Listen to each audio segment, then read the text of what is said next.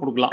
கணக்கு வேணுங்க, எக்ஸாக்ட் கணக்கு வேணாம். நீங்க வந்து உங்களுக்கு 25,000 ரூபாய் வருமா, 20 பாட்டில் ஊறுகாய் எடுத்துக்கோங்க, 30 பாட்டில் பொடி எடுத்துக்கோங்கன்னா மக்கள் வந்து சும்மா விட்டுருவாங்களா? என்ன ஒரு கணக்கு பேசுறதுன்னே இல்லாம பேசுறோம்.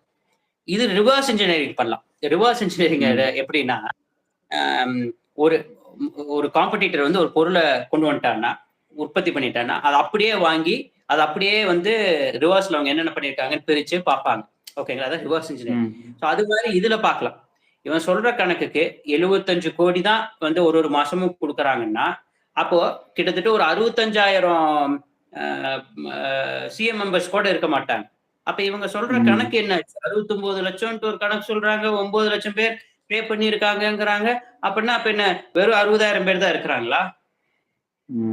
எல்லாமே உடஞ்சிடுது இல்லைங்க. தியரிங்கிறதே அது உடஞ்சிடுது இல்லைங்க.